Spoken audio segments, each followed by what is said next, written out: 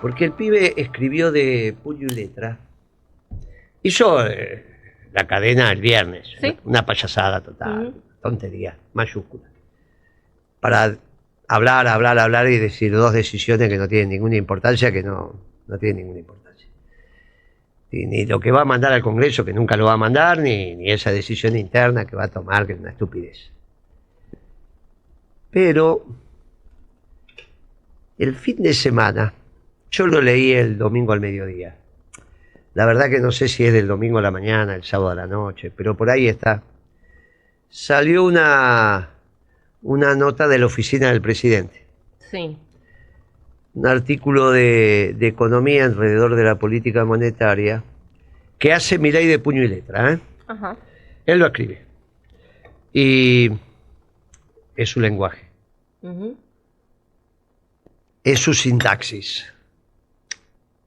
Y no tengo duda que nadie lo revisó más allá de alguna palabra que le debe haber dado a la hermana o a alguno.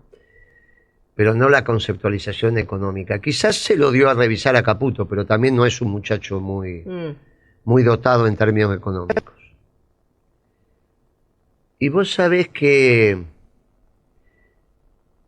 Milei en ese artículo, esto es extremadamente técnico, pero no hay alternativa.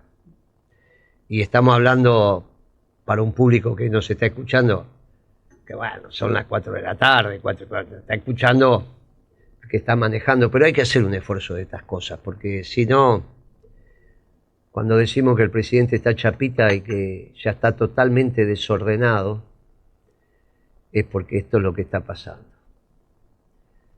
El tipo empieza a explicar la historia de la moneda. Sí. Que eso, entras ahora en internet, lo encontrás. Hasta en el rincón del vago lo encontrás. No es que vos decís, hoy mirá, el tipo.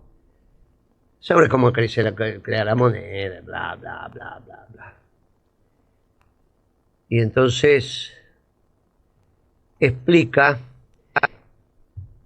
que antes de las monedas, y ahora sería muy complicado hacer el comercio, ejercer el comercio sobre esa moneda, porque diría, es difícil la sociedad con permutas. Permuta es cambiar un bien por otro o un servicio por un bien, o intercambiar servicios, por ejemplo, un médico por un corte de pelo. Sí. Dice, es muy difícil. Dice, ¿cómo nos vamos a poner de acuerdo? ¿Cómo hacemos para evaluar un servicio del médico? ¿Cuántos cortes de pelo sale? Él lo pone entre pan y charlas con él. Dice, ¿cuánto pan me daría a mí un panadero? O dice, ¿cuántos minutos le tengo? Minutos, dice, no dijo segundos al menos. ¿Cuántos minutos tengo que hablar con el panadero para que me dé el pan que yo necesito comer? 1 kilo, medio kilo, lo que fuera. Y entonces yo te digo a vos, intuitivamente, cuando vos cambiás pan por una charla, sí, o pan por... ¿Qué estás cambiando?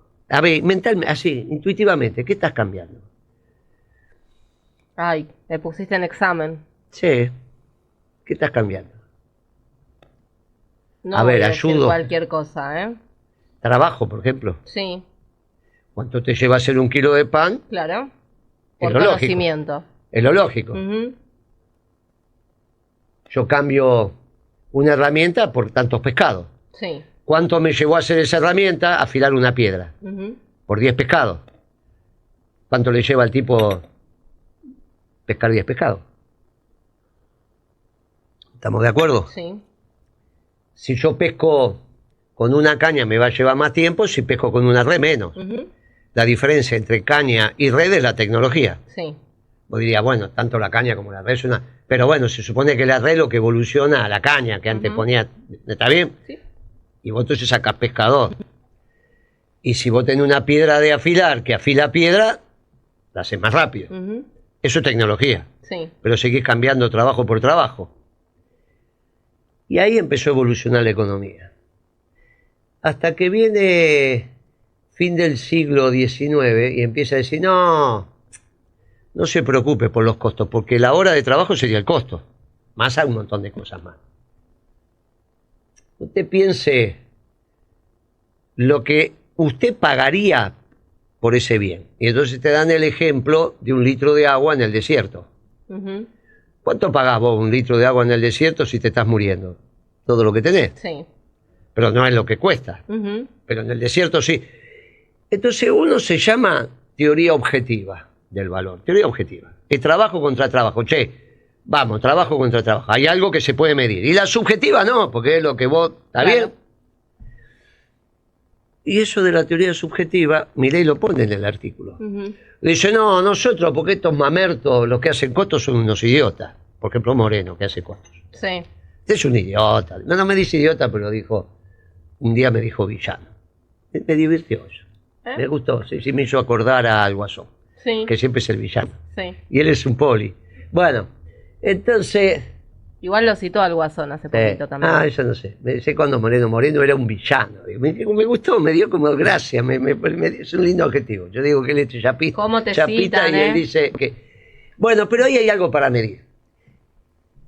Y después sigue avanzando en el artículo y empieza a hablar de la teoría subjetiva del valor. O sea, ya no se hace más costos. Ahora es lo que tenés ganas de pagar. En el mismo artículo no lo podés, a menos que vos estés enseñando las teorías del valor.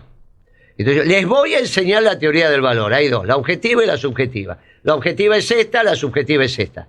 Ahora, si vos estás explicando la teoría monetaria, la política monetaria de tu gobierno, tenés que adoptar una de las dos al mismo tiempo, no podés. ¿Viste? Si sos vegano, no comas carne. Si sos solo carnívoro, tenés que comer. Pero las dos al mismo tiempo y explicar que es fabuloso comer solo verdura, comer solo carne, no funciona. Hay momentos en que esto... Él empieza hablando de la teoría objetiva y después termina hablando de la subjetiva. Conclusión, no sabe nada. Se le mezcló todo en la cabeza. El pibe está totalmente desordenado. Y esto la profesión se dio cuenta. Pero no conforme con eso, vos sabés que en algún momento cuando yo te conté que cuando estudiás economía, en la facultad te van metiendo en la disciplina, porque vos vas a estudiar química, vamos a hacer experimentos, estudiar física, estudiar economía, ¿qué experimento vas a hacer? Si trabajas con toda la sociedad, no se puede. Te van enseñando a pensar, pero después te dice, guarda que esto que te vamos enseñando a pensar no tiene nada que ver con la realidad. Entonces de repente te cuentan la oferta y la demanda de trabajo.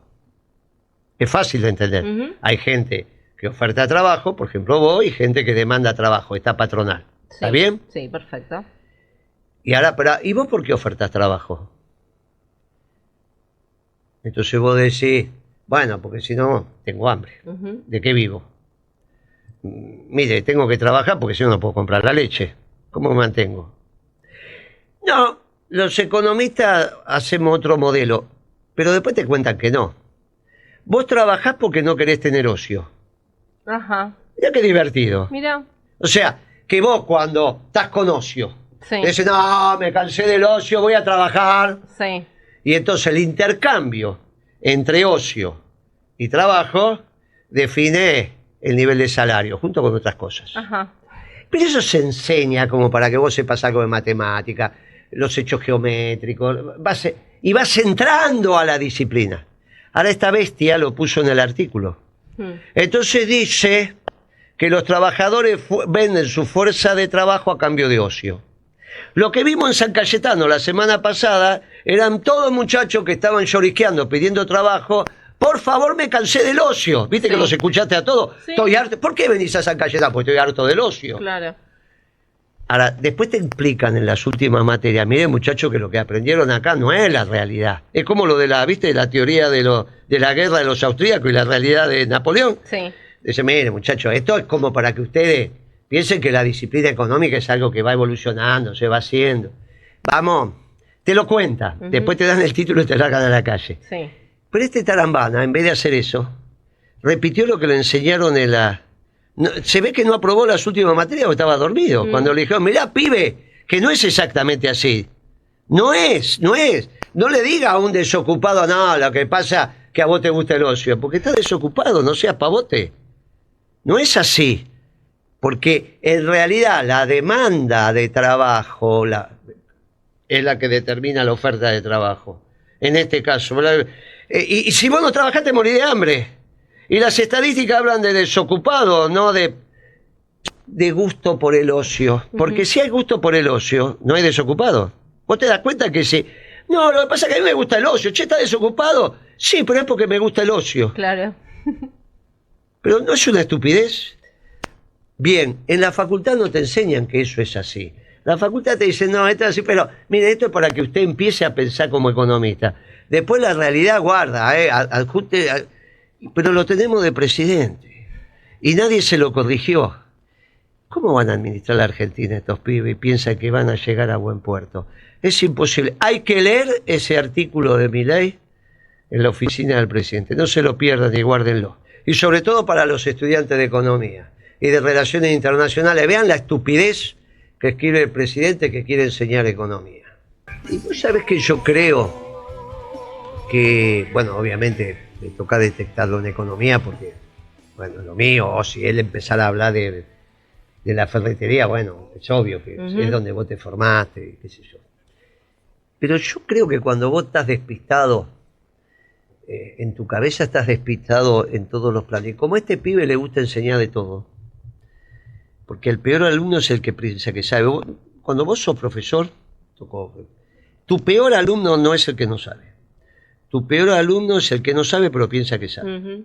Ese es tu peor. Y este debe haber sido un muy mal alumno porque piensa que sabe y entonces discute. Cuando alguien no sabe, vos te esforzás y lo mandás a leer esto, aquello. Ahora, cuando piensa que sabe, por eso el que conduce no necesita saber de todo, tiene que saber conducir. Presidente no tiene, para eso tiene sus ministros. Claro. Los saberes específicos los tiene el presidente. ¿De qué sabe el presidente? No, sabe conducir. Después los demás tienen sus ministros imagínate que una persona no puede saber de todo. Ahora, este piensa que sabe de todo. Este piensa que sabe de todo y debe estar también en relaciones internacionales y en defensa. También debe dar cátedra. Y ayer me hizo trabajar Milei también con ese ridículo artículo que sacó. Pero vos sabés que estaba por irme a dormir la siesta y justo me abro ese y dije, no, se me fue el sueño, se me fue la gana. ¿Y después fuiste a misa? Sí, y eso que había tomado porque el domingo al mediodía con Marta tomamos una copita. Después te dan una modorra, te vas a dormir. Claro, obvio. Bueno, pero me senté en el sillón y entro a abrir eso y digo, y Marta me dice, pero no, pará, tengo que... Y ya después me desvelé, ya está. Pero qué manera de impedirme una siesta este Milei. Pero bueno, pero es que lo que escribió, eso es una cosa increíble y horrible.